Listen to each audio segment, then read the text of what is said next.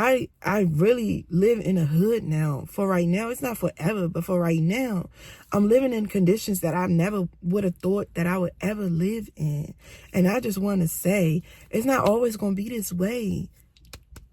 Everybody deserves a second chance. Hey my day babes, and welcome to my channel, y'all. Welcome to my channel. If you are new, hit the subscribe button, like and comment, y'all.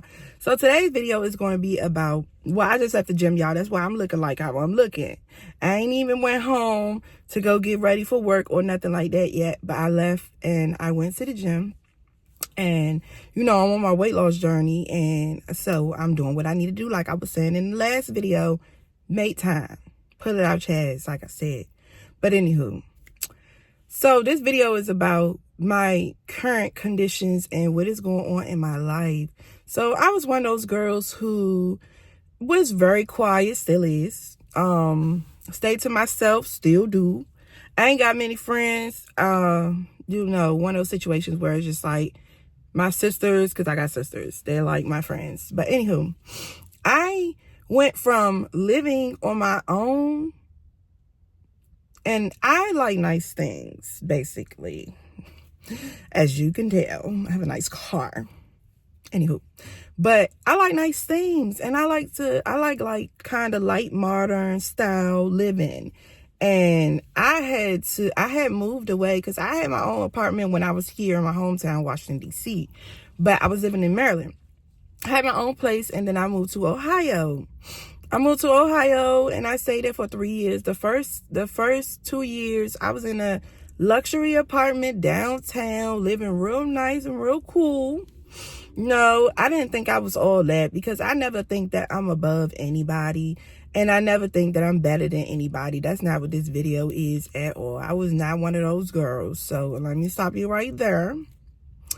Anywho, I lived in a nice luxury apartment downtown in Ohio for 2 years, and then I just started having a hard time. You know, Ohio, they don't pay anyway. I don't even know why I even moved there, but I did know why I moved there. But like, I was not thinking about the money at all. They don't pay. Anywho, not to get off topic, but I started not having enough for my rent, and I just started struggling. And, you know, I would call home and my uncle would help me. And I would rather hear my uncle screaming and yelling at me than to ask some man for some money or have to lower my self-esteem and my self-worth. Not no shots to anybody else, but for me personally, I didn't want to have to do anything to get some help. So I called home and asked my uncle for help, and he, of course, he would help me or whatever. And, you know, I would feel some type of way because I had to, you know, ask for money, especially when I moved on my own. I moved away on my own. So I'm supposed to be able to take care of things on my own, you know. And so once I started needing help, he was helping me, but he just like, Day, if it get too hard, then you need to just come on home. You know what I'm saying? I ain't want to come home. So after those 2 years, they raised the rent again, because they raised the rent after the first year I was staying there. I was okay with that, even though I was still struggling. I done went through like 3 or 4 different jobs. None of them really paying what I was making when I was at home at all. So, what happened after that? So yeah, so after the 2 years, after the second year, they raised the rent. I stayed there for 2 whole years. Then the third year came around and they was like, oh, going up, like, I don't know how much more they was going up, but when I first started staying there, I was paying $1,000 downtown. That's cheap compared to living in Washington, D.C. or Maryland, where you're paying $1,700, $1,800, $2,000 a month just for something nice. Sometimes $2,400, depending on where you're moving and how many rooms you need. So they wanted to raise the rent for the third year to like $1,350 or something like that for a 1-bedroom. I was like, no, that's not cute at all, especially with the money that I'm making. I'm gonna be struggling. And I wasn't driving at the time either, so, you know, I still had to keep asking my uncle for money, and I just was feeling some type of way. Of course, I was working. It wasn't like I was just laying around not doing nothing. I was working, but the ends was not me, and I was catching a lot of Uber, a lot of Lyft, because I was not driving. I did not have a car. I did not know how to drive, but we ain't gonna judge me, okay? But I'm driving now. I know how to drive. I got my license, got a nice car. This is my 3rd car. But anywho, yeah, so I moved into a hood, but the house was like upgraded, updated. It was nice, modern style. It felt really good. It looked really good. I stayed there for a year, and then, like my job situation it was like they was leaving me at work by myself to do everything by myself, and I was kind of getting frustrated. It was just a lot going on. And I'm like, they're not about to leave me here to do all the work and they go do what they want to do. So I was calling my uncle, complaining every day about what was going on up at the job. And so my lease was coming to an end at the house because it was a nice 3-bedroom, y'all. I was paying $850 for a nice remodeled 3-bedroom, and my credit was bad at the time. And the lady who let me rent the house from her, she was just very understanding. I told her my situation, what I was going through, and she let me get the house. I did not tear that house up. I left it looking better than it did when I got there or whatever. But yeah, I got my deposit back and all that good stuff. But I had told her that I wasn't staying and I was moving back home because it was just a lot going on, y'all. A lot. And if y'all want me to get into detail, I can. But I'm just saying, like, getting straight to the point. I was calling and telling my uncle everything that was going on, and he was just like, Dad, you might just have to come home. I just was tired of struggling. I was just tired of struggling on my own, trying to make ends meet, but still borrowing money. So I was just like, all right, well, I went ahead and I finished out the lease or whatever and told her that I was not renewing it and that I was leaving, because of course she was trying to, raise the rent too. And she was just saying because everything is going which she was raising, it wasn't that much higher. But damn, somebody's calling me.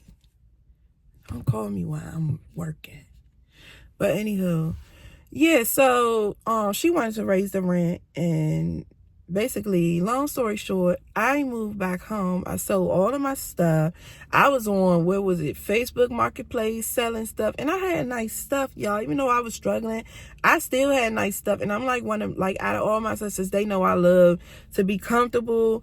I love nice soft blankets. I love comfortable couches. I love nice, clean, fresh sheet sets and comforters and smell goods and cleaning products and all of that, so that instead of doing all of the clubbing and hanging out and drinking and smoking and all of that, I'm like a shopping girl. So I like going to go get stuff for my house to make it nice and homey and just feel good, because that's where I be at. I'm in a house. Okay, ain't got no friends.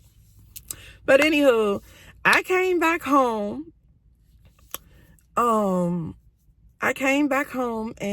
after I came back home, I was staying with my sister for I don't know if I stayed with her for 2 weeks or 3 weeks, but me and her kind of, started bumping heads because, she had her own place, and me and my sister is cool and to this day, but we just can't live together. Okay.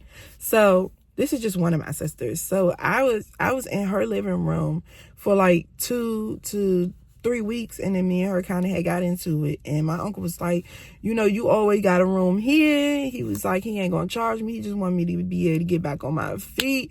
Y'all, my uncle lived in the hood, okay?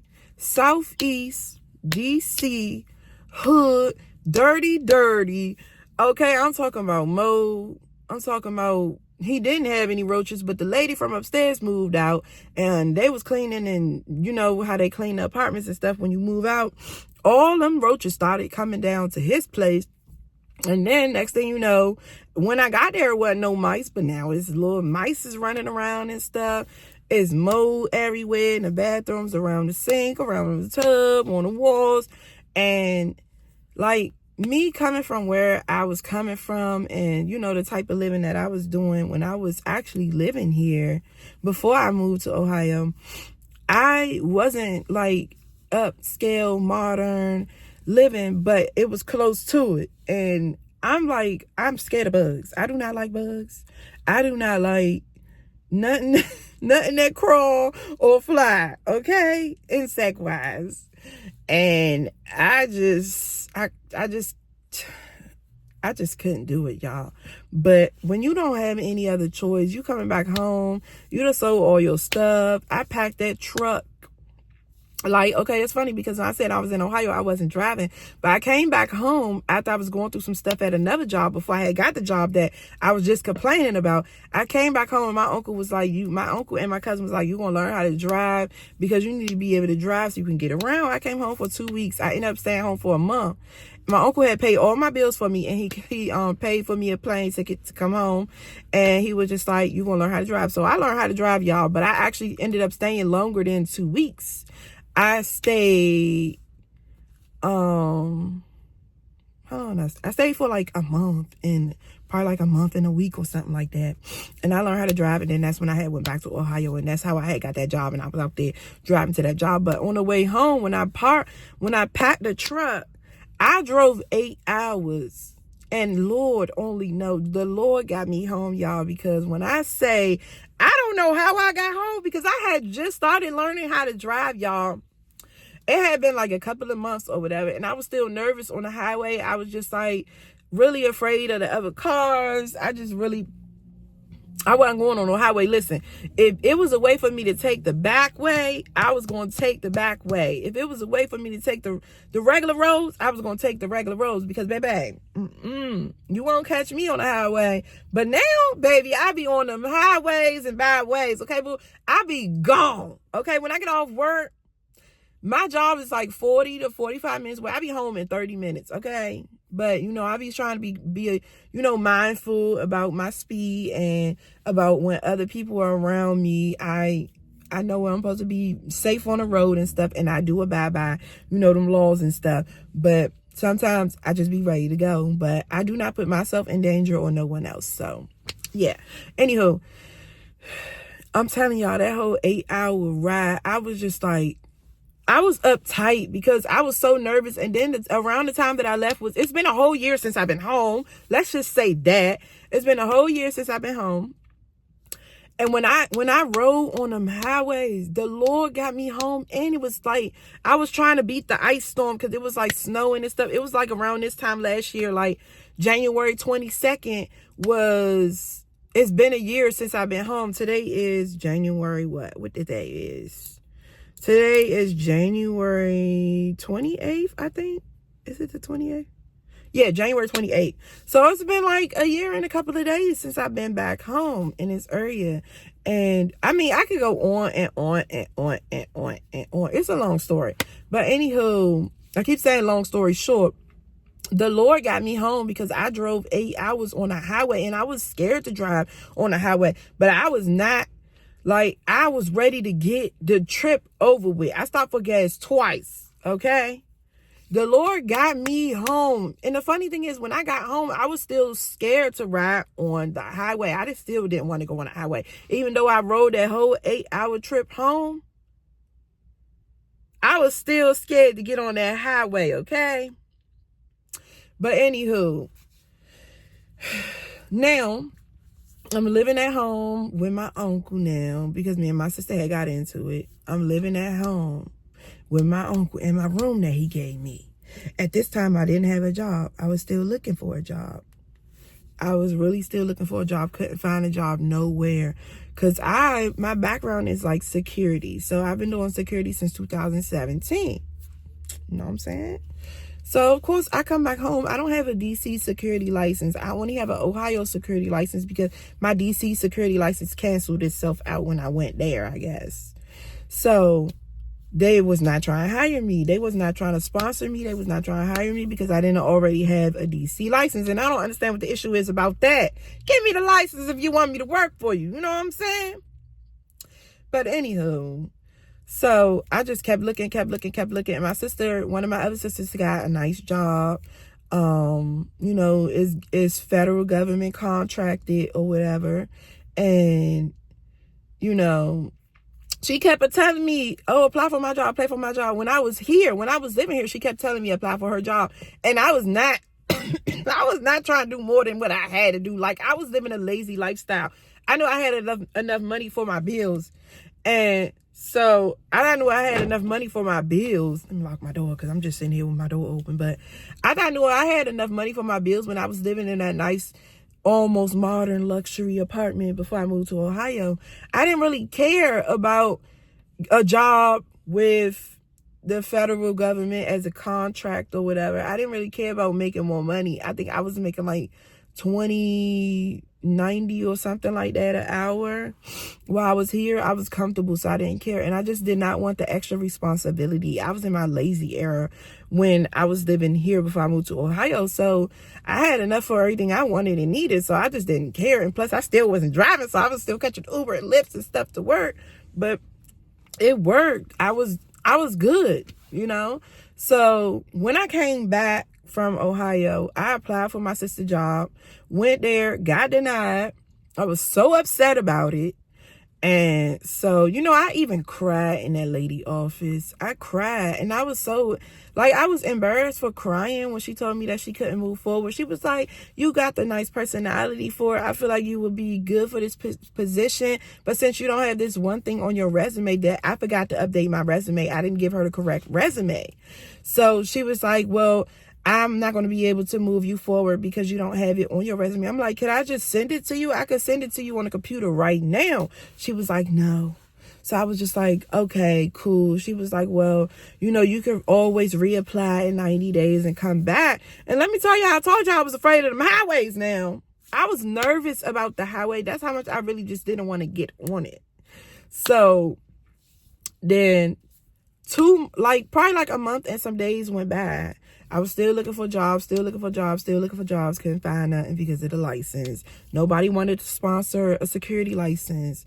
Nobody just wanted to. So I became a floater for this other company. They sponsored my security license in DC. But the only thing about that is I had to work when they wanted me to work, and I couldn't like really basically have a life.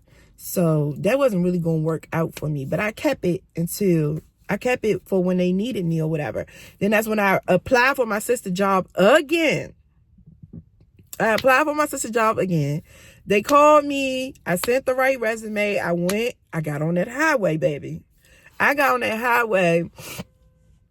went to the job interview. This time a man interviewed me, and I was so nervous, but I was confident and I was nervous at the same time. So I'm just like, all right, we're gonna get this job because this job paying what, $32 an hour. We need this. You know what I'm saying? We need this. You got to level up in life, baby. You got to do what you got to do. So all right, cool. Got the job. So let me tell y'all, I went for this job interview in March. Did not start this job. So I went back to being a floater after all of that. I filled out all the information, all the paperwork. I'm waiting months and months. I'm calling them. Like, I'm waiting. I'm doing so much stuff, y'all. I kept calling back. Like, when am I going to hear something? When somebody going to call me? Like, can we get this started? Because I had a whole plan to save my money and move. I couldn't get started. It just kept going back and back and back. Time going by, months going by. I'm still not working the job. I'm still wondering what's going on. Did y'all change y'all mind? Do y'all not want to hire me? What's going on? So they like background check, fingerprints. Then, you know, we had to get the clearance. So that's going to take some time too. And then, you know, the government had to do their background check. Then the security company that I was with had to do their background check. Then I had to take 2 physicals. Then I had to take 2 drug tests. And it was just a lot of stuff that needed to be done. And they had different schedules for different stuff. Then I had to go take ID pictures. Then I had to go to a training class that was like a 6-day training class, and it was a lot, y'all. A long process. Long story short, applied for the job in February, got the interview in March, got the job in March, but did not start the job until September 2024. That's how long the process was. So that pushed my timeline back. So I got to continue to stay with my uncle in these conditions. And let me tell you something. I'm not ungrateful at all, because I really truly thank my uncle for letting me stay with him. I really do thank him for letting me stay with him and having a room for me. That's a blessing too, so I can have my privacy. You know what I'm saying? I needed my privacy. So I had the room in these conditions. I didn't like all the stuff that he had in there, so he helped me take some of the stuff out and move the stuff around so that I could be comfortable. You know, my uncle, he older now. He don't really care about aesthetic. He don't really care about no nice new things or nice shiny things or comfort. He just don't care, okay? He's just like a man. You know how men are. They really don't even really be reading into all the nice things and comfort and stuff like that. So, yeah, so I started staying with my uncle, and I was just like a little bit uncomfortable because I wasn't living in these conditions, but I couldn't be ungrateful because he was giving me a roof over my head. Whether it was what I wanted or not, I had somewhere to stay. I didn't have to stay in my car. I didn't have to be on the streets. You know what I'm saying? So it's like, I take my head off to my uncle. I really appreciate him, and I'm gonna do something nice to him when I'm able to. So right now I got the good job. Living situation ain't the best, but I'm not on the street. You know what I'm saying? I'm not on the street. I'm very grateful to him and God. Because let me tell you something about my God. He never let me go without, ever. Anything I ever went through or go through, there's always a solution. He always find a way to come through for me and make something happen. I'm never without for too long. He is always on time when it comes to me. And that's the one thing that I do appreciate about my God, okay? He is there for me. He answers my prayers. He listens to me. And he do make me go through stuff when I don't listen. So I get a whipping when I'm bad. You know what I'm saying? I get a whipping. I go through stuff. But you got to live and learn. If you don't ever go through anything, you will never appreciate anything, okay? Sometimes the struggle you go through builds you up for your next whatever it is that you're going through in life, for your next adventures in life, for your next task in life, for your next test in life. If you don't never go through anything, you will never know how it feel not to have something. You will never know how to take care of stuff, to take care of you, to be mindful, to think of and put others before yourself.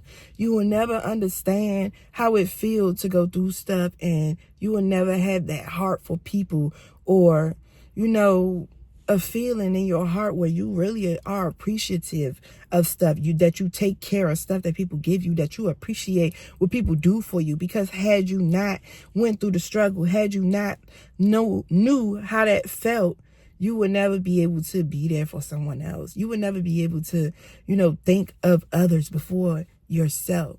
You know, you got to put yourself in their shoes. And if you ain't never been through nothing, and you ain't never had struggle, or you ain't never had loss, or you ain't never felt any of these things that I'm talking about, you can't relate. You know what I'm saying? And I'm making this video, I'm putting this out here because a lot of people are going through stuff and they are very prideful about it. They don't want to talk about it. They don't want to, you know, go to therapy. They don't want to, you know, talk about it. When you talk about things, it's better for you. And then you find out that people are going through the same thing you're going through.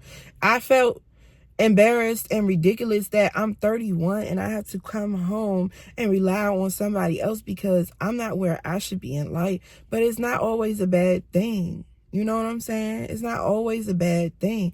Sometimes people go through stuff to make them better. You know? So me being 31, having to come live with my uncle and start all over, I'm okay with it. I had to be okay with it, you know? My lips are peeling, so just excuse them. But yeah, you gotta be okay with, you know, what's going on in your life. And if you're not okay with it, and when I say okay with it, to the point where you're able to be okay, you're still living, come up with a plan to get out of the situation you in. And the funny thing is, had I just went on with making the videos I was making, y'all would have been left to make any assumptions about me that you want. You never know what somebody is going through. You never know their living situations. You never know their mind.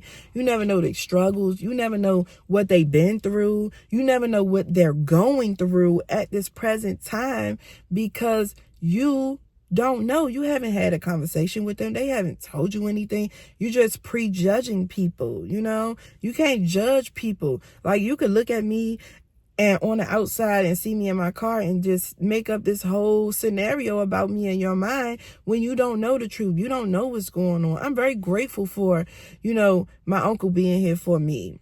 And we're going to get out of where he at right now. You just wait. You just wait. You just wait. Okay. You just wait. But I'm just saying, it's nothing wrong with starting over. It's nothing wrong with asking for help or needing help.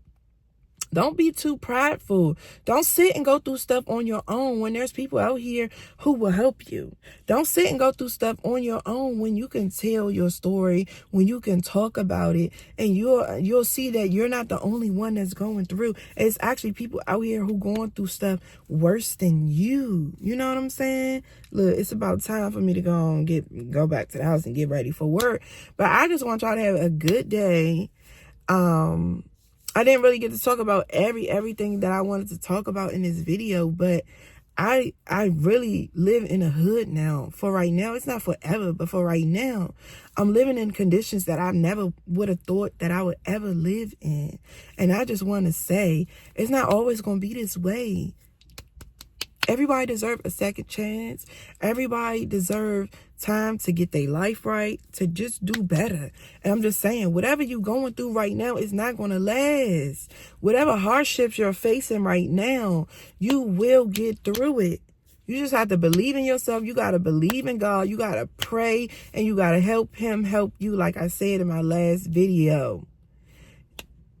Write down some goals. Start from zero.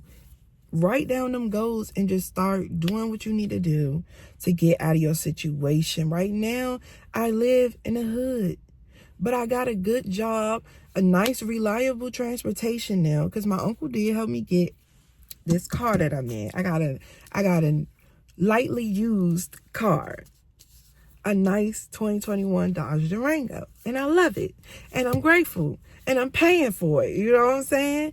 But my uncle let me stay with him so that I could save, so that when I'm ready to leave again, I will be set up for success. And that is what I'm doing right now. I'm staying down until I can come up. And that's all what it's about. Stay down until you can come up, okay? Remember that. I love you. I appreciate you. And thank you for watching this video. If you got any comments, if you felt anything that I was going through, you can put it in the comment box. Just do that. Now I'm about to go home and get ready for work. And yeah, I just want y'all to know, do what you got to do. I love you. Have a good day.